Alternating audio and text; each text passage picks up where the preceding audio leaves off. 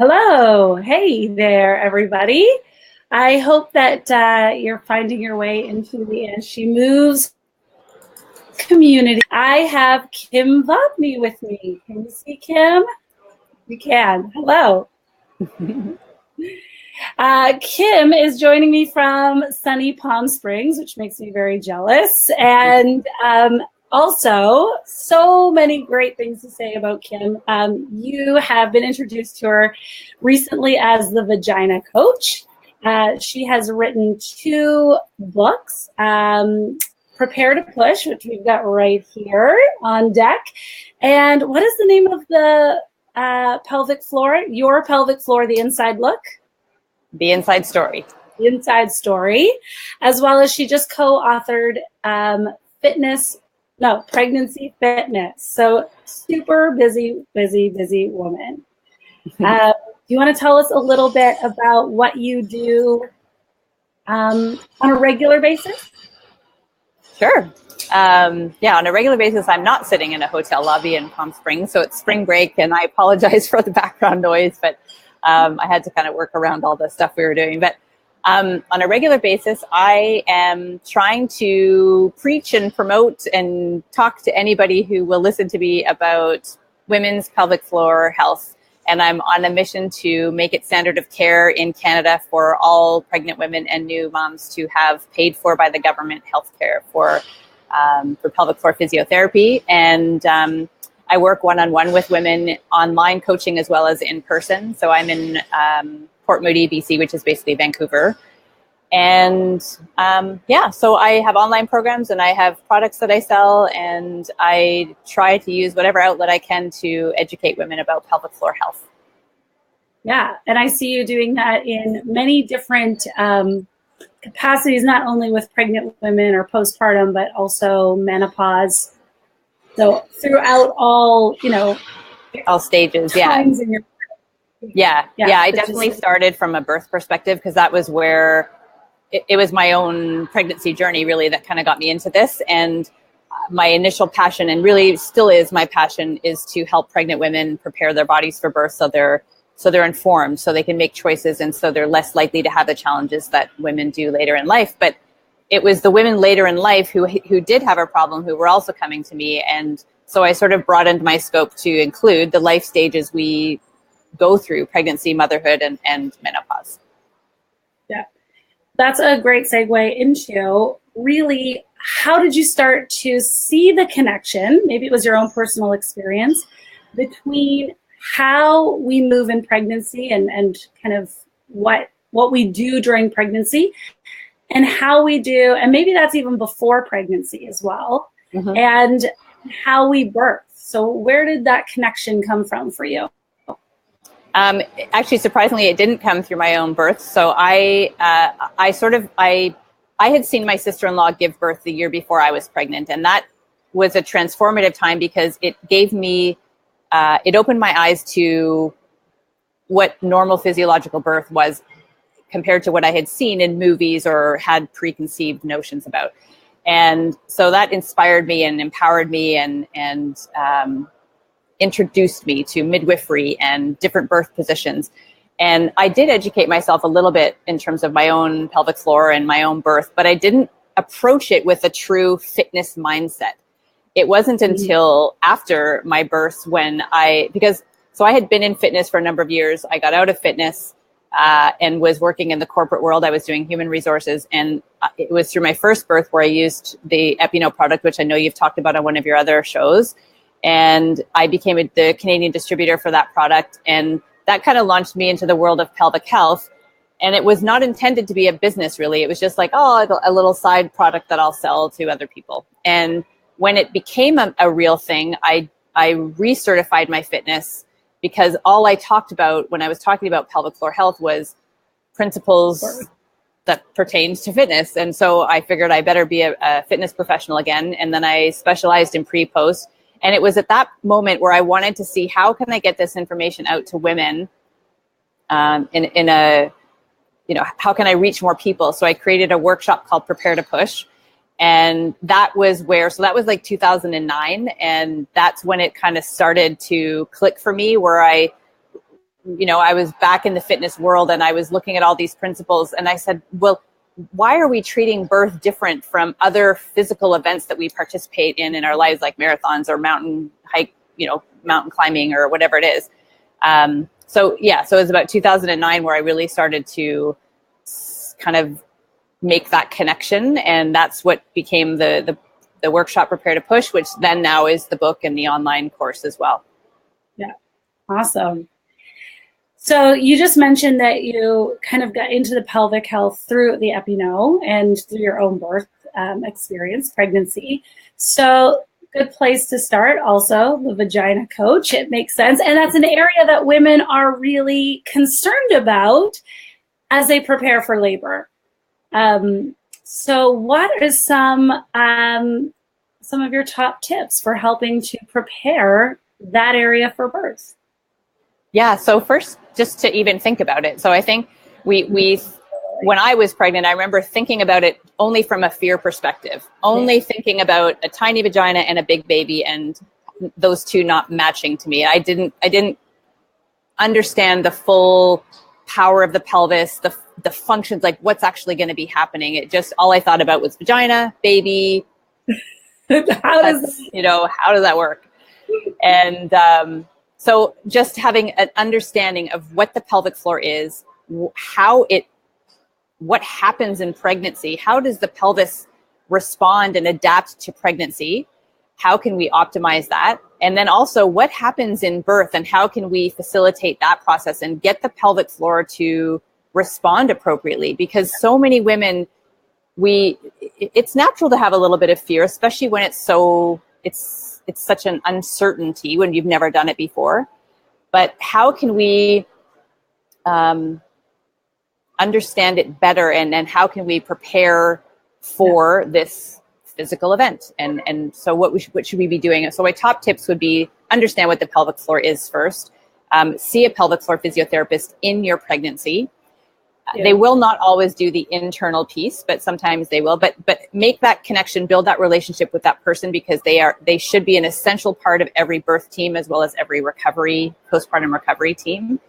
And move your body in varied ways. So I know that you've covered perineal massage and the Epino and another, so I don't want to focus on that. Those are definitely things I recommend. But movement is such an overlooked piece, and in this day and age when we spend a lot of time sitting and a lot of time kind of hunched over, there's adaptations in our body that are also interfering with the normal development of, not normal development of pregnancy, but the discomforts that come in pregnancy are often as a result of how we've been holding our body and maybe not responding as best we could to those adaptations. And then it's also creating some of the challenges that show up in birth. So the stalled labors or failure to progress, or the challenges can really come back to the maybe not adapting as well as we could have in pregnancy and not allowing our bodies to adapt as we could and kind of keeping them in a stagnant held position. Does that make sense? Totally. And I think that those are some patterns that we have throughout our whole life, and then pregnancy just kind of, because of the added weight gain and changes in our body, it just kind of exacerbates those issues. Yes. Yeah. 100%. So a lot of people, like in the world that we work in, you and I, we know that the internet has kind of blown up the whole world of core restoration and diastasis and pelvic floor dysfunction. And oftentimes they show up after pregnancy and birth. However, they've probably existed before we even were pregnant. We just didn't even know about it. And for many people didn't even know about it after pregnancy and birth. Now that's changing a little bit, but those adaptations they could have started in our teenage years. They could have started after an accident. They could have started after a surgery. Who knows? Those things are really normalized during pregnancy: back pain, incontinence. So many issues that come up are kind of overlooked during pregnancy, as just written off as this is. It's because you're pregnant. Yeah. Totally. Yeah, exactly. And it doesn't have to be that way, really. It really doesn't. Yeah, so there are some great resources on a previous Facebook Live with Anita that there's a link to the EpiKnow. And what was the other thing? The perineal massage, as well as a breathing exercise. So those are definitely good things to check out. Kim does talk about it in her book, Prepare to Push, and extensively the pelvic floor in so many ways. You can check all that information out. I posted one yesterday on Instagram, and it's just like one of many quick little tips that you give on Instagram. It's so great. I'm going to turn my light on. Okay. The sun I probably have too much light, but yeah, well, you can't complain about that. So I want women to move more than they do. Birth is a very dynamic process, and I feel like with more movement, varied movement in our life, then the body would respond differently or better, and our bodies would be more prepared to handle the demands of labor and birth and to be able to manage the dynamics as it unfolds, because it is certainly an organic process. It's not something that you really have a lot of control over. And I think we try to control that. I think we're high stress, we're very busy, we want to control all these things, and there's not a lot of talk about the releasing and the surrendering and the allowing and the learning to yield, and it's always, especially in fitness, it's so much about get stronger, get harder. How can we, and extremes are now celebrated in pregnancy. Like women are doing box jumps and clean and snatches, and I don't want to do anything called snatch during pregnancy. Oh, I know. I think it's quite funny actually. I think of all the language in CrossFit and how it's so tied to the pelvic floor in many ways. Box and snatch and yeah. But box jumps, you don't jump on boxes to birth your baby, and you don't clean and press something over your head to birth your baby. And I want women to think more specifically about, look at birth positions, and then what movements could I do during my day or my exercise class or my workouts that could mimic those birth positions and get me stronger, so that when I'm in that position, I'm able to, yes, contract and hold myself, but I'm also able to relax and yield if I need to. How can I get my pelvic floor to respond more appropriately in the various positions that I might be in or using as part of my birth? Yeah, perfect. So what are some of the areas that you might get women to focus on to help prepare for some of those birthing positions?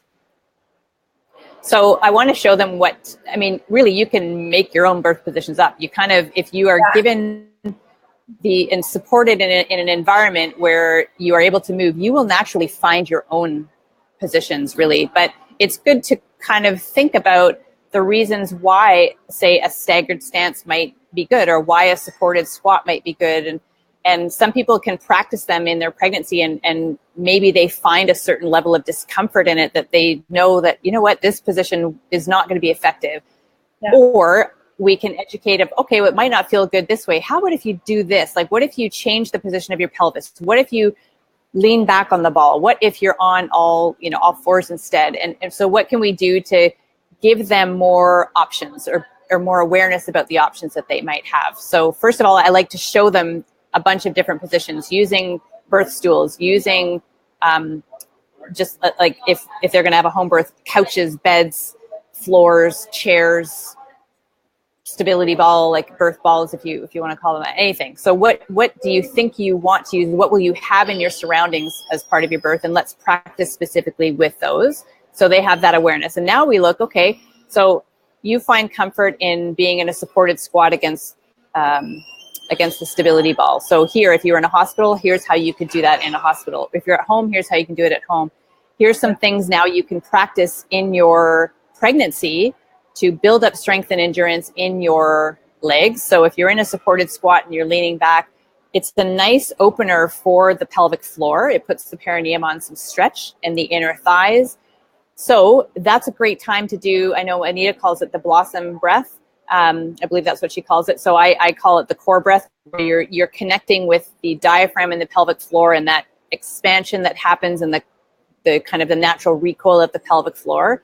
So in a position like a supported squat where they can feel that maybe a bit better because there is some stretch on the perineum, and then when they can connect to that when they're not actually in the throes of labor, then they familiarize themselves. So then when it comes time to being in labor, their body has been conditioned to that, and it becomes a normal response rather than, oh my God, when you're not prepared and it's an unknown, you are only relying on the guidance of who's with you. And if you're with well-versed birth professionals, that's great, but not everybody is. So the more you know, the more you are prepared, and the more your body is able to work with you, or the more you're able to work with your body, if that makes sense. And I think the more you explore different positions, like you said before, a variety of positions or movements in your pregnancy,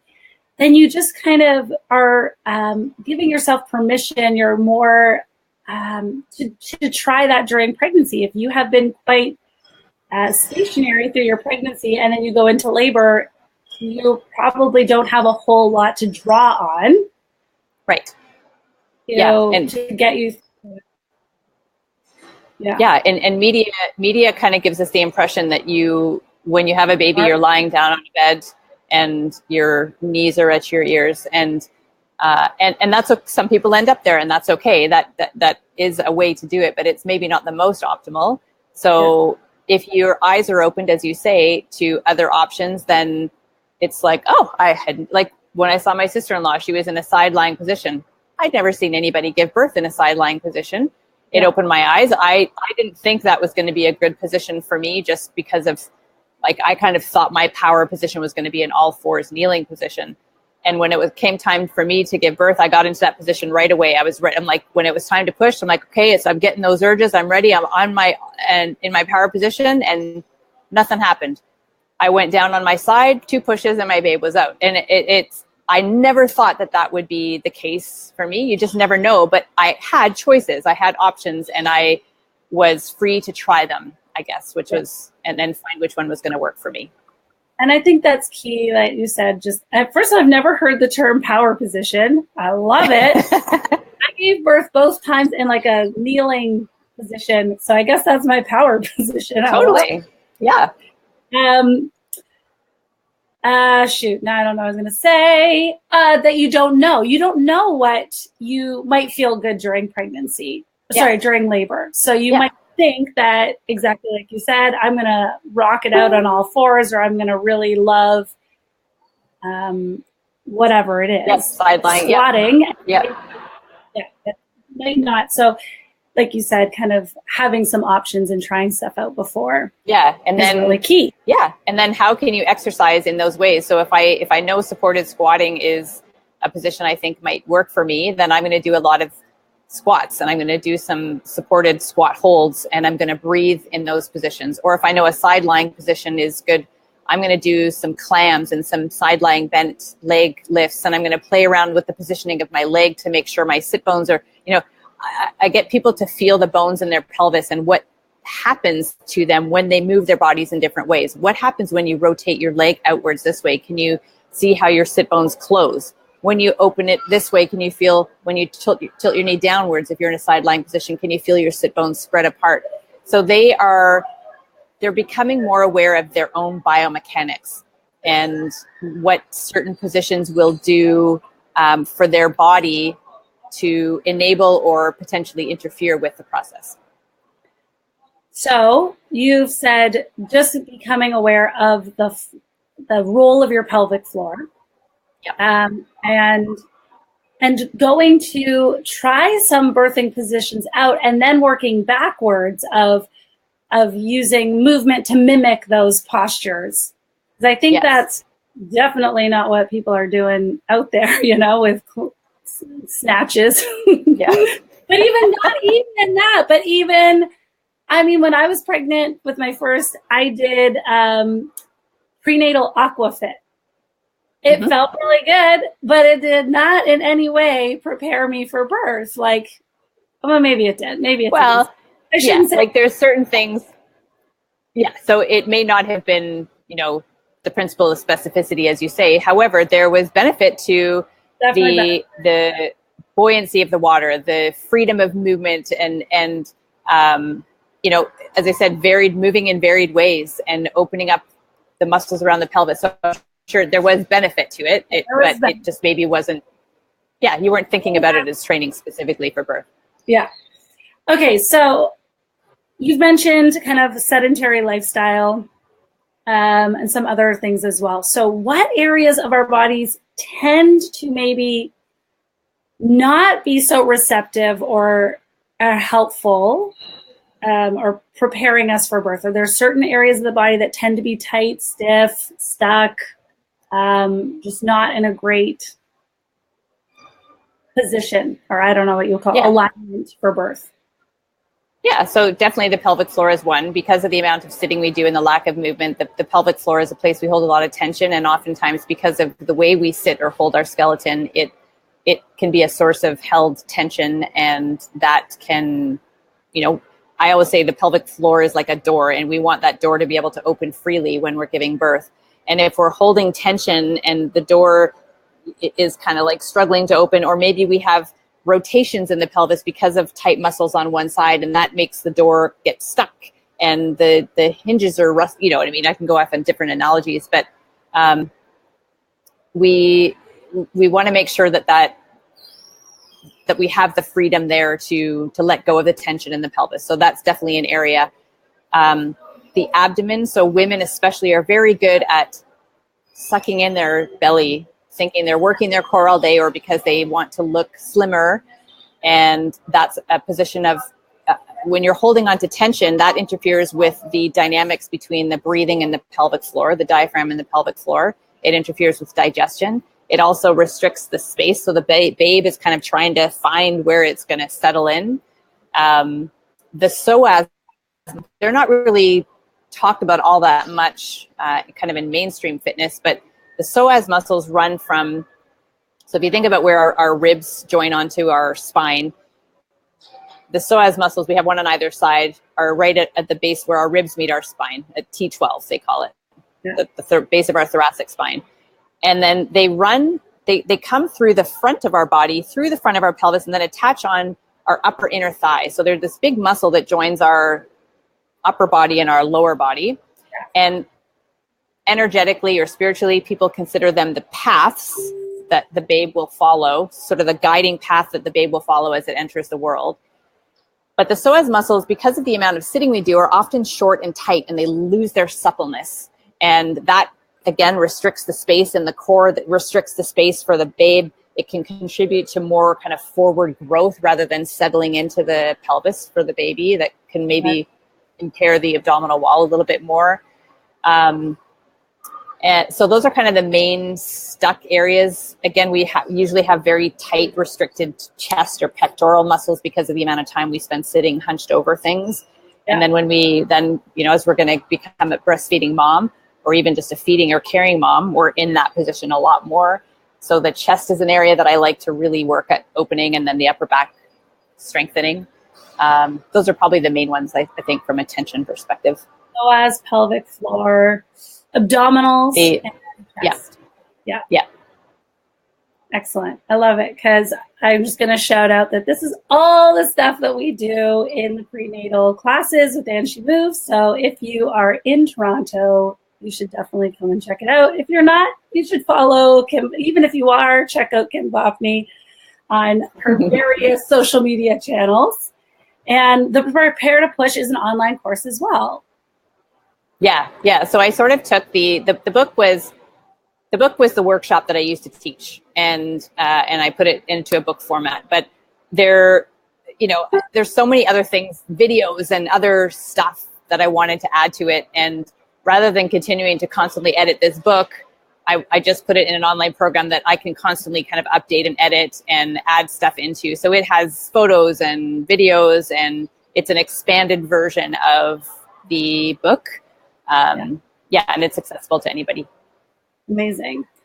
Okay, so what are some not short, but easy, everyday things that we can do. You said move in a variety of ways. What would that look like for somebody, at work or at home with their other young child? Just move, walk, squat. Yeah, walking is one of the absolute, walking and squatting. Yeah, you hit the nail on the head. So walk every single day, walk as much as you can. Definitely add some squatting into your life. So get the squatty potty from an elimination perspective. That's one simple way to do it.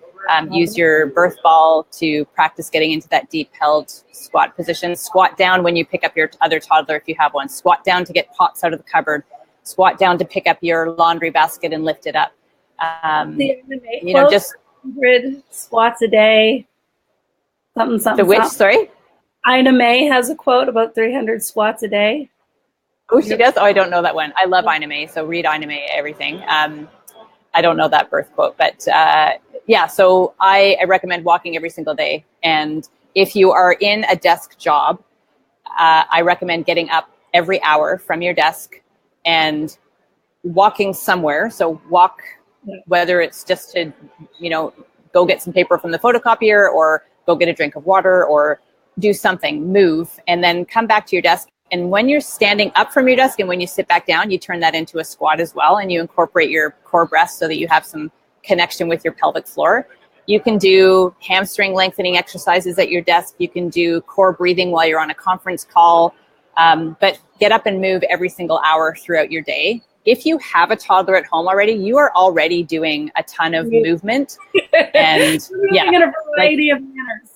You are getting a variety of movements. And so the only thing I would change for somebody like that is just to add some intention to bring the pelvic floor into some of those movements. Yeah. And when you're sitting, sit on your sit bones so that you can feel your two sit bones and your vulva on the surface of whatever it is that you're sitting on. And I don't mean to say that you can never slouch or lay back in your chair. You absolutely can, but it shouldn't be where you live for the majority of your day.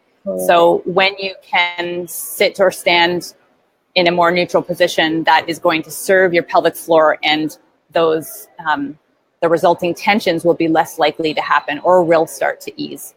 Sit on the floor. So like right where I am right now, I'm sitting on the floor because I can sit cross-legged, I can sit kneeling, I can sit with both legs out. And so you add a bit of the stretching and the lengthening that we want around our pelvis and around our hips, you can add into other movements. If you have a toddler, you're sitting on the floor a lot playing with them. If maybe you put your laundry basket and you're folding laundry sitting on the floor. Obviously at work, you're probably not going to sit on the floor, but that exact reason. Yeah, but you could sit in chairs and you can, do some hip hinge, hamstring lengthening, or stand up while you're on a conference call rather than sitting on it. And just find ways that you can sit less and move more. Perfect. There you go. Sit less, move more. 300 squats a day. I can't remember the rest of the quote. Something about in class the other day, we were talking about sitting because, a lot of people do sit at work, and just rolling up a little towel or something to kind of perch you a bit further forward. So you're not in that position, which is so easy. Yes, totally. You can roll up a towel and put it in the curve of your low back. I have a couple of releases that involve pool noodles and small balls, and I get people to have those with them at work so that when they're doing their movement breaks, they take a quick pool noodle release and a ball release. The towel thing that you just described. To pull out a pool noodle and sit on it. I know people look at me a little oddly with that, but it works. It's a good way to teach people to learn to yield in the presence of discomfort, which you have to familiarize yourself when you're preparing for birth. But the towel thing that you just said, that's a great thing to add to your car as well. So car seats, our baby car seats, of course, we start our kids off in bad posture right from the beginning, but our own car seats in driving, they naturally put us into a posterior tilt. So put a little something near the back so that it can, again, push you into that more neutral position. So you're actually sitting on your sit bones rather than sitting on your sacrum while you're driving. Yeah, nice. It's hard to remember, especially if you're going for a long drive. You just want to collapse into it and put your feet up. Yeah. Viral. Okay, that is what I had prepared to ask you. But is there anything, I mean, you touched on seeing a pelvic floor physiotherapist during pregnancy. That's huge. And postpartum, obviously. Yeah, so women, I say the pelvic floor physio, in my opinion, is the most underused women's health resource that we have. And it, again, my opinion, I think it should be standard of care that every single woman has covered pelvic floor physiotherapy in their pregnancy as well as their postpartum recovery. And when you're pregnant, it's a way to help optimize that pelvis so that it's less likely to have that crooked hinged door, and that it will open freely. But it's a way to build that relationship. And when you're pregnant, pre-book your postpartum follow-up. So I recommend between 6 and 8 weeks postpartum that you see the pelvic floor physio, but they are busy. So pre-book that appointment. So if you're due June 1st, then around July 15th to July 30-ish, pre-book that now. And it's in the calendar, it's done. You don't have to worry about it, because once you've given birth to your babe, you're not thinking, you might be thinking about it, but you're not actually, you get distracted, you're sleep deprived. You need to have it set in stone and do it now. Yeah. Okay. Anything else that's burning from you right now about preparing? No, I think just move with intention. Make sure that you think about movement as part of your birth. It's not something to be done lying down. I know that, especially if you're giving birth in a hospital, the image we have is we go into the room, there's a bed there, we lie down on the bed, and that's where we're supposed to have our baby. But that's a place to rest. It may be the position, the place where you give birth, but view birth as something that you will do dynamically, that you will be standing up for a lot of time. You may lie down to rest. And then also make sure you think about and plan for your recovery. Again, those extremes that we celebrate in pregnancy are also applauded in postpartum, like the women who are at the gym 2 weeks postpartum and looking like they've never had a baby. I want women to look like they've had a postpartum, and I want them to appreciate the need to recover and restore and retrain the system and be supported in their process to do that. So make sure that it is something we write a birth plan. Almost more importantly, there should be a recovery plan. Recovery, we have more control over. Birth is more dynamic and fluid and uncertain. So that's kind of like a guideline, I say, but we really have intentional recovery plans. Just what you said about giving birth, there are times where we cannot be very mobile, if mobile at all.